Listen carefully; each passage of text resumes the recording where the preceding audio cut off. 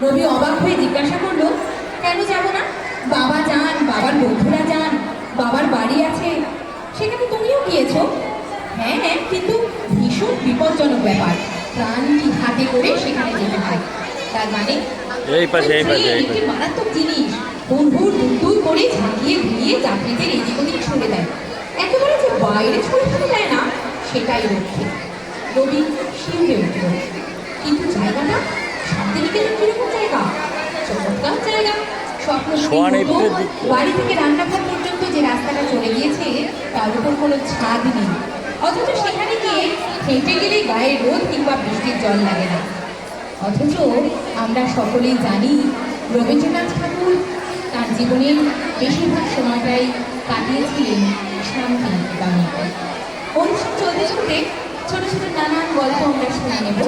আমাদের এবারের নিবেদন কুসুম করে নৃত্য কুমুর পাড়া।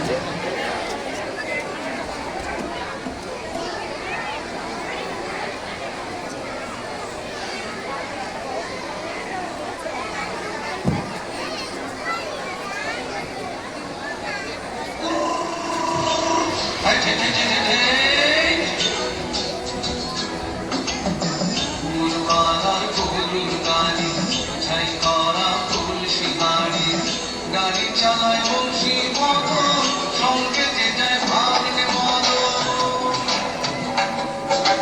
হাত বসেছে শুক্রবারে বংশীগঞ্জে পদ্মা পারে জিনিসপত্র ছুটিয়ে এনে গ্রামের মানুষ বেঁচে কিনে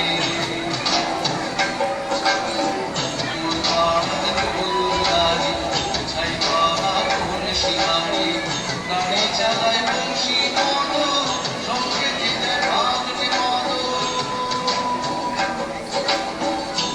পাহাড় ফুল গাড়ি